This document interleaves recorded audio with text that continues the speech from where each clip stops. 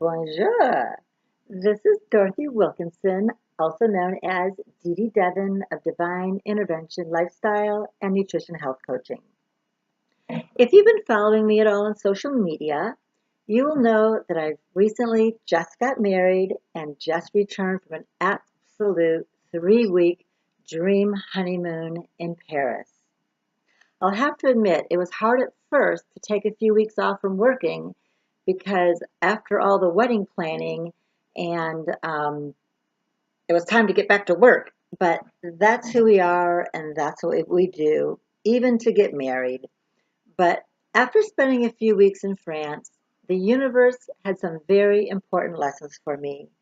And as I like to tell my clients, that nothing happens to you, that everything happens for your next best and highest evolution. And that is exactly what I needed and was ready for. In this place, I found my inspiration. Can you tell?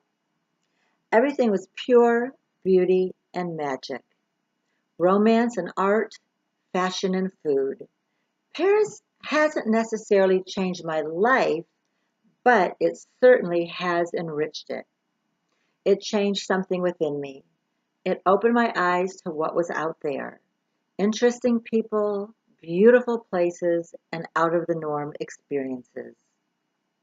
There is obviously the wrought iron spire of the Eiffel Tower piercing the clouds, the broad Arc de Triomphe guarding Paris's most glamorous avenue, stylish shopping, lamplit bridges along the River Seine, and there's nothing quite like sharing a kiss in front of the Eiffel Tower.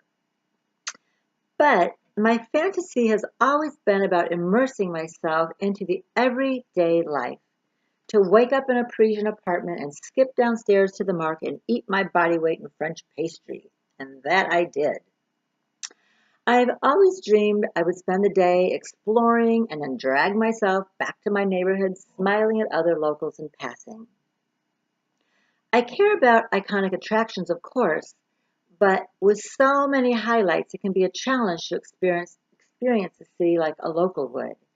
And with 20 million odd travelers who visit the city every year, I wanted a more authentic experience than your average tourist would. And so that's what we did and what I'd love to devote this video to. A few of the rich and meaningful practices I've observed and literally thought I was actually doing a pretty good job before my visit, and maybe in the American culture wasn't really doing such a bad job, but in reality, after immersing myself in this amazing culture, I'm here to tell you that we are only just scratching the surface and that there is so much more, or should I say less. I think my attitude towards food and meal times has most altered my perception since visiting France.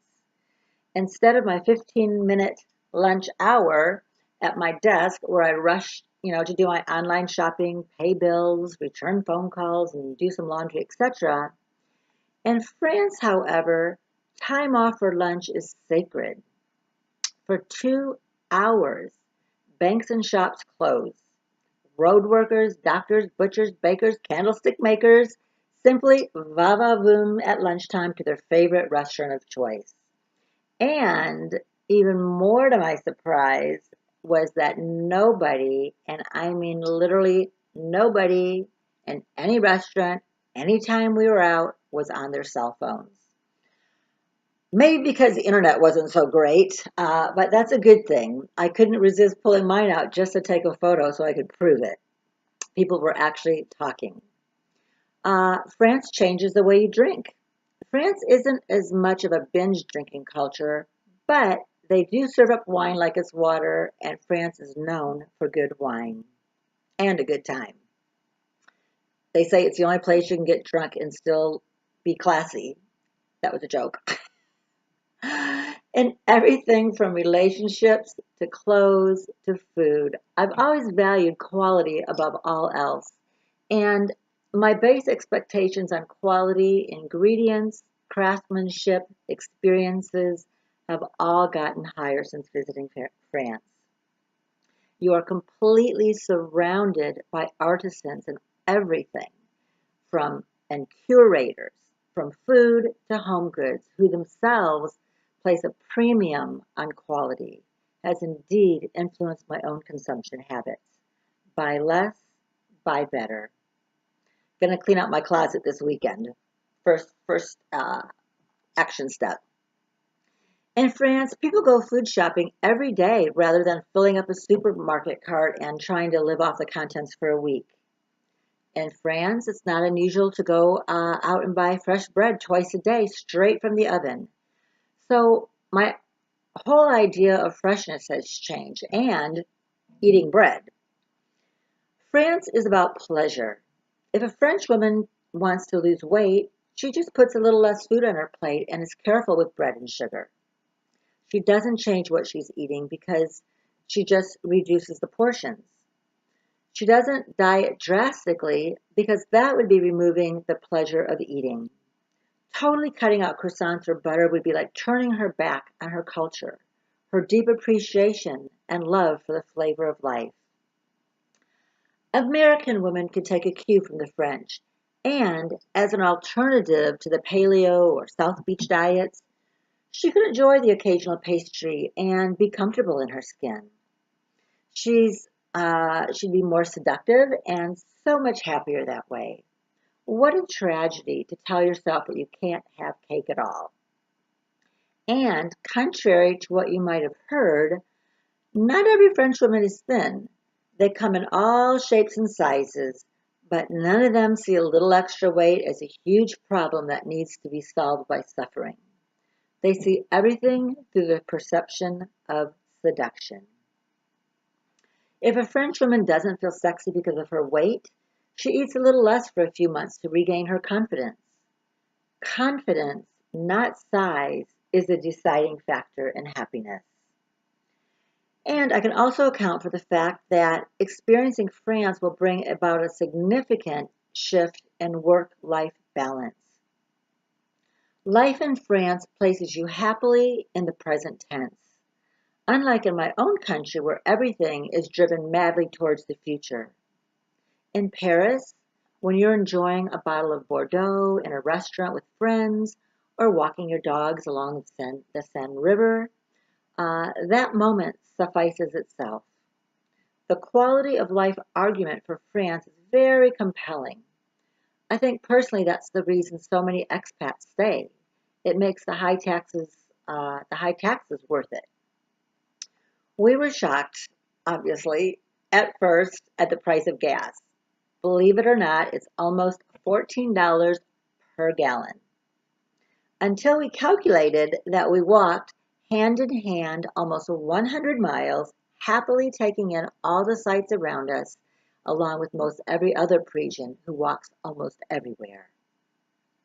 Shops are often closed on Sundays in France and on Mondays too. Literally, many stores and other places of business close earlier than I was used to in the US, and the 24/7 service culture just doesn't exist there. You take things slow, you wait in line, and enjoy the experience. The adjustment wasn't always easy, especially if you come from someplace like the OC where it's fast paced. But when most businesses are closed on Sundays and store operating hours are different than what you're accustomed to, you have no choice but to adapt. A leisurely afternoon stroll in the park is the norm on Sundays because you're not going to knock out your grocery shopping in the afternoon or run any errands. Another aspect of slowing down has to do with my speech. I don't speak French and found myself listening and focusing more since I had to. And that amuses me because I'm normally a fast talker. And that's carried over to my English as well. And I've noticed I'm more patient with people. All around, I've slowed down my pace. I've noticed so much more about the world when I'm not rushing around everywhere. It has allowed me to experience being other. This might be the most important item on my list. As a white American living in America, I fit in. People understand me, and I always felt like I belonged. But there I may look like everyone else, but the minute I open my mouth, they knew I'm not from France. And if you watch me, you'll see I do things differently than the French. I speak differently. Maybe I dress differently. And that can be a good thing, but it's also something that makes me other. You don't always feel like you belong when you're the foreigner.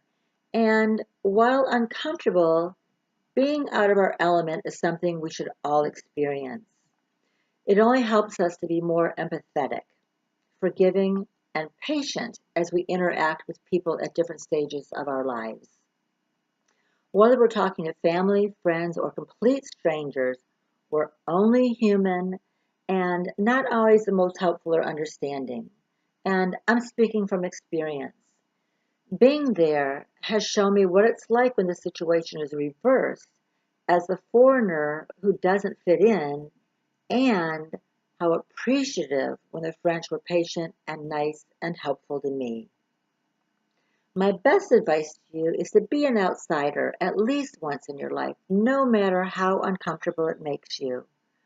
While in the moment it's terrifying, but when you look back, like I am, I'm just bursting with appreciation, you'll notice the positive changes in yourself that will spill over into how you go about life and interact with those around you. It has allowed me to experience new cultures and see other ways of life, and best of all, beauty is a way to look at the world. Everywhere you are, whether in Orange County or Paris, if you glance around, you can find something to admire and be inspired. Start by looking inside of yourself to find your most beguiling parts. Your generosity, kindness, and forgiveness are radiant qualities that will make you shine. A positive spirit is the most important aspect of beauty. Always look on the bright side of life and you'll have a chance at being, becoming, and staying beautiful. In addition to Paris among one of the most beautiful cities on the planet, it also seems one of the rarest places on earth where people feel totally free to engage in public displays of affection. And that's a good thing, especially on your honeymoon.